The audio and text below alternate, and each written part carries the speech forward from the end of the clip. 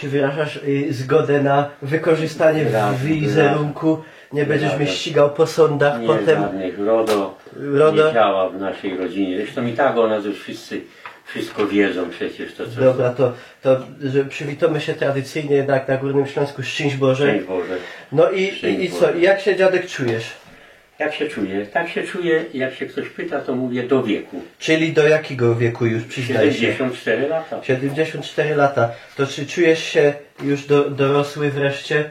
Bo mówią, że mężczyzna nigdy w sumie nie robi się dorosły. Nie, to nie, ja to odbieram inaczej zupełnie. To przecież wiek młody prowadzi też do jakiegoś, że człowiek dorasta, a już w tym wieku teraz to, jak to się mówi, jadło się chleb z różnego pieca i po prostu także ja nie widzę tego, żeby po prostu miał człowiek, im więcej ma lat, tym bardziej się staje jakimś. Nie. Czyli młodzieżowo. Tak się czuję. Młodzieżowo. Tak się czuję, jak się czuję. Lepiej już może nie będzie, ale żeby nie było i gorzej. Więc no to, a właśnie o czym chciałem dzisiaj tutaj poruszyć taki temat spontanicznie. Dawno żeśmy nic nie nagrywali. Często w internecie, szczególnie w polskim internecie, od lat się przewija, jest taki jakby mem. Mem to jest taki obrazek śmieszny, który jakieś hasło ze sobą niesie, nie? I one przeważnie gdzieś po internecie krążą, są bardzo popularne. I ostatnio symbolem takiego Polaka, gdzieś urodzonego kilkadziesiąt lat temu, jest taka małpa, taki nosacz i takim hasłem przy tym jest, że kiedyś to było, że kiedyś to wszystko było lepsze. I to jest to takie trochę wyśmiewanie tego, że dużo ludzi właśnie takich, no, którzy się urodzili gdzieś tam w głębokiej komunie, powiedzmy, no generalnie w ogóle za komuny, to że oni często tak mówią, jak to się mówi stereotypowo, że kiedyś to w ogóle wszystko było lepsze. I ja właśnie, korzystając tutaj z tego, że mam Cię pod ręką, człowieka młodzieżowego, ale już tak jak powiedziałeś, który trochę przeżył i z niejednego pieca chleb jadł, to jak Ci się tak na początku ogólnie wydaje, że kiedyś było lepiej, czy teraz jest lepiej? Ale nie biorąc pod uwagę tego, że na przykład no, starsze czasy się kojarzą lepiej wielu ludziom, no bo byli wtedy młodsi na przykład, nie? Mieli więcej siły i tak dalej. Ale przede wszystkim uważam, że przecież ja się też urodziłem w tej komunie, bo się urodziłem no tak. w 1947 roku, więc to była głęboka komuna, prawda? No. Ale uważam, że tamte czasy, i jeśli ja mówię o sobie, bo w tej chwili wszystko to, co powiem, to mówię tak, jak ja spoglądam na to, jak ja to widziałem i widziałem i widzę, po prostu żyło się zupełnie inaczej. Ale ktoś powie, no tak, ale ty żyłeś w 47, 50, 60, 70 latach, a teraz świat pędzi do przodu i mamy już XXI wiek. Ale ten pęd właśnie do przodu powoduje to, że ludzie sami się gubią, sami w sobie się gubią. Dzieci pozostają same, rodzice żyją sobie sami na swoją modłę, prawda, więc ludzie gonią za pieniądzem, no bo będzie Grecja, będzie Majorka, będzie jakaś tam inna, prawda, sprawa. Pewno, że ktoś powie, chłopie, ty żyłeś w tamtych czasach, wtedy to nie było, bo faktycznie powojenne lata to by ludzie byli na dorobku przecież, no tak. Prawda, bo wiadomo, że zawierucha, okupacja ludzi wykończyła, materialnie, finansowo w ogóle. Cały kraj wykończyła. Zresztą w ogóle cały kraj. Ludzie byli na dorobku i wtedy człowiek każdą jedną rzeczą, którą otrzymał, ogromnie się cieszył, prawda, więc to nie były historie jakieś duże, ale zakładamy otrzymanie jakichś tam na święta pomarańczy, czy garstkę orzechów, czy strojenie choinki orzechami, które się owijało w złotko, jeśli tam się dostało od jakiejś cioci tutaj, której się tam lepiej powodziło, jakąś pomarańczę, jedną czy dwie, to więc to była strasznie niesamowita uciecha. Już nie mówię o tym, że na moją pierwszą komunię dostałem, tato dostał talon na zegarek ruchle, to przecież w ogóle było, w ogóle to nie wiedziałem, czy ten zegarek mam nosić, czy go schować, czy mam go nakręcać. Ja zresztą do tego się nie nadawałem, to mi tato go nakręcał, bo go zepsujesz, prawda, i to, więc zupełnie, a teraz, no jak ja słyszę, dostaje w prezencie, nie mówię o komunijnym, ale w ogóle w prezencie dziecko dostaje kłada, dostaje skuter, dostaje kucyka, którego później się zostawia, dostaje pieska, z którym też później nie wiadomo co po 2-3 miesiącach zrobić. Ktoś powie znowu, już to powtarzam drugi raz, że ale żyłeś wtedy w innym czasie, teraz są zupełnie inne czasy. Ale i ludzie wtedy byli tacy i powinni być w tej chwili też tacy, uważam, tacy sami. Więc mówiąc krótko, dla mnie ja to odbieram, że to może brutalnie to zabrzmi, to, ale w pewnych dziedzinach świat zwariował po prostu. Świat zwariował, to pędzenie, ta gonitwa doprowadza do tego, że ludzie, przecież przypominam sobie celebrowanie nawet wyjścia do kościoła niedzielnego. To była celebracja cała, to było się ubieranie, to było mama prasowała mnie jakieś tam spodenki czy marynarkę. Tato to jeszcze w drzwiach tam było, czekaj Władek tam jeszcze cię szczotką i szło się całą rodziną, prawda? Więc to było bezwzględnie, to był przynajmniej ten jeden dzień. To samo mówię o jakimś wspólnym obiedzie. Obiad, bo w tygodniu było wiadomo, tato pracował w Katowicach, ja chodziłem do szkoły, przybiegałem ze szkoły, tutaj do piątki gdzie ty chodziłeś, przybiegałem ze szkoły o różnej porze, więc jadałem wtedy obiad, bo mama już nie czekała. Tato wracał z Katowic o godzinie 17, w pół do 6, ja też osobno, ale już niedziela była bezwzględnie była wspólnym obiadem. No w ogóle nie było mowy o tym, żeby tam, i to było o wyznaczonej porze, to była godzina 14, jadło się obiad. U Wilgów się jadło o 14 obiad. Mama przygotowywała, myła później gary, jakiś był po południu. Wtedy nie było mowy o jakimś piciu kawy, bo wtedy w ogóle kawa to była mrzonką, to były czasy, gdzie tam, mówię, dobrodzieje nasi tutaj, to jak przynieśli mamie na święta parę łyżeczek kawy w papierku, to Janka zrób sobie tam kawy, prawda.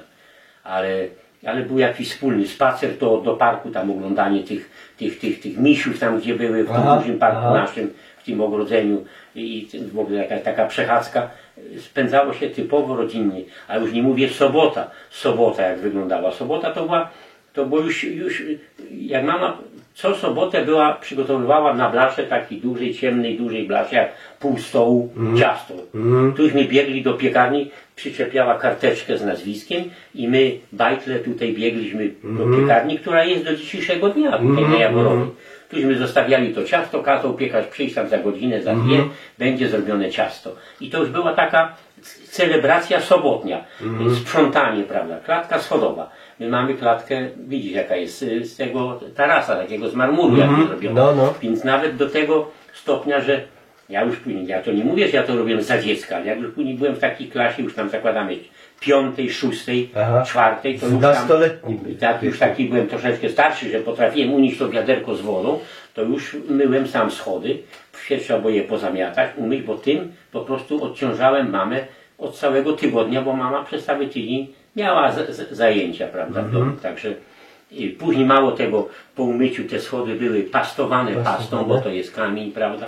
To samo było w domu, podłogi były drewniane, przecież pod tymi wykładzinami to są drewniane podłogi, które ja pamiętam, zresztą już kiedyś rozmawialiśmy, były malowane na taki kolor, taki machoń był malowany, te podłogi były, później były te podłogi pastowane bezwzględnie co sobotę.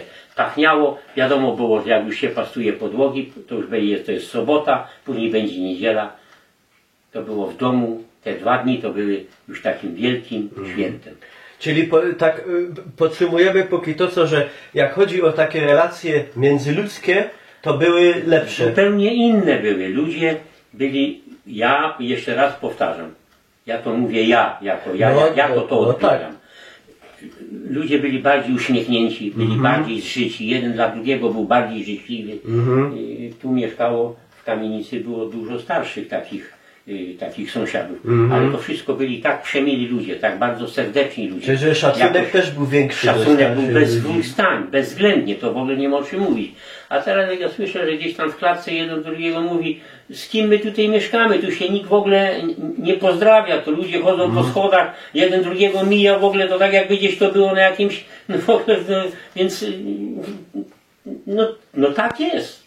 A do tego, moim zdaniem, to wszystko doprowadziło ten pęd za tym wszystkim, ale pomimo wszystkiego ludzie powinni jakoś czasami przystanąć i się zastanowić, czy to do czego to wszystko zmierza, bo to, no bo kiedyś to jakiś kres tego musi być, no przecież nawet biorąc w tej chwili dzieci, no dzieci, młodzież, dzieci, dorastająca młodzież żyje sama sobie, prawda, już to mówiłem, rodzic żyje sam sobie, nawet tu dawno temu, parę minut był program na TVN-ie, ile tam samobójstw jest wśród młodzieży, prawda, 97 osób, a tam pan mówi, że na takie jedno samobójstwo to gdzieś było 1000 prób samobójczych, tak przypuszczają, że było, ale to wszystko doprowadza właśnie do tego, że młodzież, dorastająca młodzież została sama sobie, sama sobie, nie ma, tak jakby żyła bez niczego, bez celu żadnego, no przecież nawet wracam jeszcze do zabawy na podwórku tutaj takiej, więc to zupełnie inaczej wyglądało. Teraz przecież jesteśmy na tym samym podwórku, na którym ja się bawiłem, ty się bawiłeś.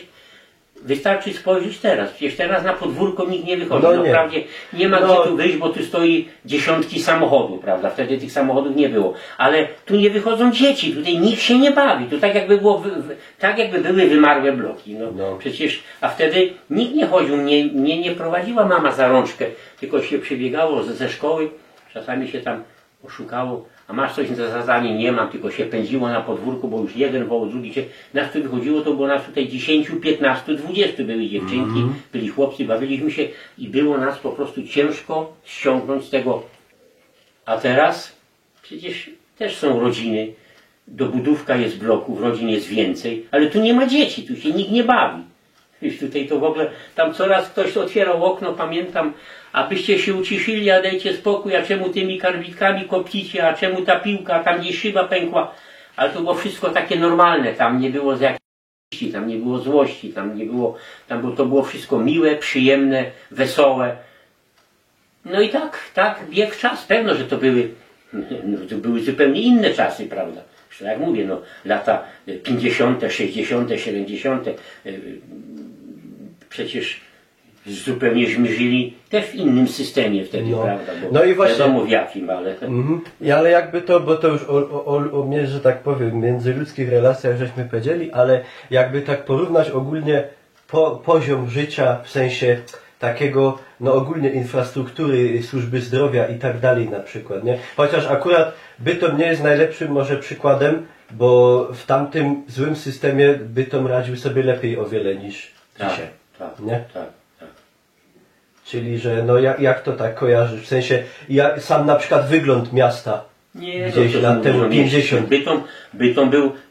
Bytom był w ogóle, nie mówię teraz, ale przedtem był przepięknym miastem. Przecież wystarczy wziąć plac Kościuszki nawet sam. Zresztą sama zabudowa Bytomia, budowa wszystkich bloków, prawda? Te wszystkie gzimsiki, te wszystkie te kapliczki takie tu jakaś, prawda? Te figurki wstawione w te bloki. Bytom był przepięknym miastem. Zabudowa Bytomia była przepiękna. Ale też jak to na pewno pamiętasz, inaczej całkiem musiało miasto wyglądać, jak jeszcze wszystkie te zakłady funkcjonowały. A przede wszystkim biorąc Śląsk cały. Ja to wyrażam moją, jeszcze raz powtarzam już trzeci raz, moją opinię. Przecież cała Polska żyła Śląskiem wtedy. No taka jest prawda. Cała Polska żyła Śląskiem. I z tego Śląska wyciągnięto tyle, ile się dało. I ten Śląsk zostawiono samemu sobie. No. Bo po prostu przecież nawet w takim Bytomiu było 6 kopalń, były huta, jedna, druga, trzecia, prawda, tętniło życiem, tutaj ludzie szli do pracy, tutaj, to był ruch w interesie, jak to się mówi, prawda, a później to wszystko spowodowało, tak jak już powiedziałem, że Śląskiem żył cała Polska żyła, prawda, jednak cały przemysł, to wszystko było tutaj. Ale żeby coś może od drugiej strony, to co takiego jest na przykład w tym dzisiejszym świecie takiego in plus w porównaniu do tamtego? No na przykład dostęp do informacji, na przykład. Na pewno jest in plus takim, że przecież nawet prosto że nie musisz dostawać kartek na mięso. Nie muszę dostawać kartki, a ja to doskonale pamiętam przez szereg lat.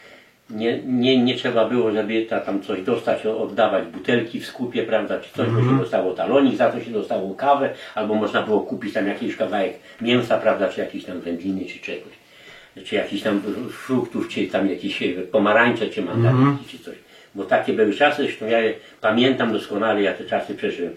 Ale przecież przede wszystkim teraz im plus na ten XX czy XXI wiek, no już XXI, prawda? No więc, no przecież ja to mówię, że w tej chwili dziecko to się rodzi z telefonem, z komórką, z tabletem, czy tam jak się to nazywa, już się rodzi z tym, prawda? No więc, a między innymi ten pęd i ta technika, przepotężna technika, to nie ma w ogóle o czym mówić, prawda? Doprowadza do tego, cośmy mówili przed chwilą, że dzieci nie umieją się bawić, młodzież zachowuje się zupełnie inaczej, prawda? Przecież nie wiem, czy przedtem były jakieś narkotyki za tamtych czasów, czy jakieś dopalacze. Nie wiem, ale tego nie było. No, przecież obracałem się w tym świecie, miałem koleżanki, kolegów, ale... A teraz w ogóle no, technika, to wszystko tak parcie do przodu spowodowało to, że jest tak jak jest. No więc technika niesamowita.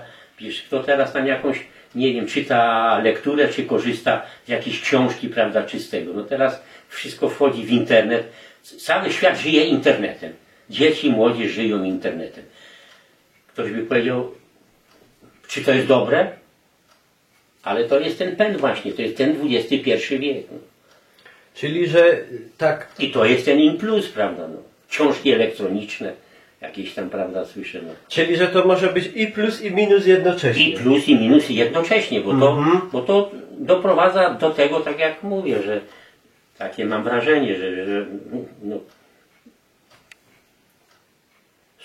są tego wszystkiego, tej obecnej sytuacji, jaka jest, są wielkie plusy, ale są i minusy też.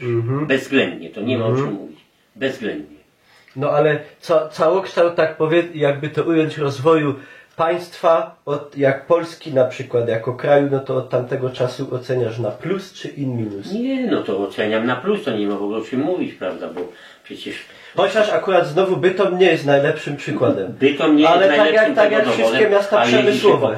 Ale jak się popatrzy na, ogólnie biorąc Polskę, przecież troszkę jeździłem po nich, bo pracowałem w takim przedsiębiorstwie, gdzie jeździłem po kraju, remontowaliśmy huty, tam takie różne historie, więc jednak ta budowa była i to nie ma w ogóle o czym mówić. Tym bardziej, że przecież do momentu tej przemiany ustrojowej u nas, tośmy żyli zupełnie w innym systemie i jak to krótko mówiąc, pracowaliśmy zupełnie dla kogoś innego. No jak, no. To tylko nam się wmawiało, że to, żeby Polska rosła w siłę, a ludziom żyło się lepiej. No, więc pamiętam te slogany pierwszomajowe do dzisiaj. No, więc Bytom miastem węgla i stali. No, tak wyglądało. Czyli generalnie, bo to można było o takim temacie rozprawiać godzinami, ale jednoznacznie to nie da się tak powiedzieć, że kiedyś na przykład było wszystko lepiej, albo że teraz jest wszystko bo lepsze. Przede wszystkim, tak jak mówiliśmy na początku, że było o wiele biedniej, prawda? No bo zresztą nawet z sytuacji jaka była, to musiało być biedniej. No. Pewno, że była wtedy też jakaś grupa tam, nie wiem, rzemieślników, czy jakichś ludzi, którzy byli lepiej sytuowani, prawda? Bo przecież przedtem też byli adwokaci, byli sędziowie, tak samo byli. To na pewno ich status życiowy był o wiele lepszy, jak zakładamy w mojej rodzinie, bo jak u nas tutaj u mnie, u Wilgów mógł być status wysoki, jak mama była krawcową, a tato pracował za urzędnika w Katowicach, prawda? No, a do 1939 roku, tak się opowiadałem, był podoficerem zawodowym w wrześniu w wojnie 1939 roku. No. A później jak został rozformowany, to, że nie poszedł tam na wschód, czy nie poszedł tam, to była jego sprawa, prawda? Więc nie wszyscy tam szli. Ale później miał z tym wielki kłopot, bo nie mógł znaleźć pracy odpowiedniej i pracował za zwykłego urzędniczynę w Katowicach, prawda? No więc jaki mógł być? A nas było w domu 4. No przecież jeszcze był wujek Roman był, prawda? No więc naprawdę mama to kleiła, jak to się mówi, koniec z końcem, żeby jakoś, ale było schludnie, było miło, było ciepło, byli ludzie uśmiechnięci i w domu było wesoło, przyjemnie, prawda? Pomimo, nie mówię o biedzie, bo tu nie było biedy, bo bieda to mam na myśli takie, że człowiek idzie i tam gdzieś puka do drugiego, daj mi kromkę chleba. Tego u nas nigdy nie było. Ale było ubogo po prostu. Skromnie. Było skromnie, no. Tu w ogóle nie było mowy o jakimś tam rowerze, telewizorze, prawda, czy coś tam. Ja opowiadałem się, jak był jeden telewizor na dzielnicy, tośmy wszyscy biegli, żeby oglądać. Pamiętam jak dzisiaj siadało nas przed telewizorem 10, 15, 12 osób, buzie rozdziawione, bośmy biegli w czwartek na Kobrę, bo Kobra leciała. To pamiętam jak dzisiaj. Samochód stał jeden. No. To czy jakieś na koniec... Ale to były zupełnie inne czasy. No oczywiście. Czy jakieś na koniec od Ciebie przesłanie do oglądających często młodzieży? Do młodzieży? Aha. Niech się więcej nad sobą zastanowi i po prostu tak naprawdę... Zresztą nie powiem, że młodzież jest zła, bo jak pracowałem, to ja dużo jeździłem i tam przejeżdżałem pociągami, autobusami, prawda, tramwajami. I tak młodzież jest w tej chwili mądra, jest taka naprawdę lubię taką. Zresztą w ogóle lubię mądrych ludzi, a młodzież jest mądra, ale też i głupoty jest bardzo dużo.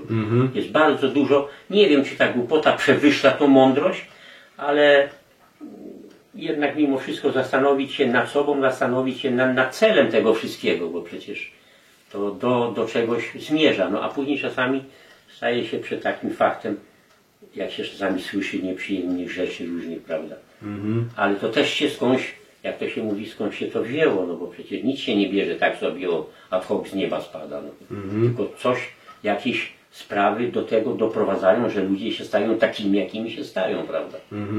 Pomimo tego, że szkolnictwo jest zupełnie też, no niby jest młodzież teraz i dzieci, młodzież jest obciążona nauką, nie wiem, nie chodzę teraz do szkoły, ty chodziłeś, teraz już nie chodzisz, ale że teraz młodzież, dzieci są obciążone nauką, to też powoduje jakiś taki w pewnym sensie, prawda, jakiś stres taki, prawda. No na pewno między innymi to się z tego bierze. Ale czy to jest prawdą, nie wiem.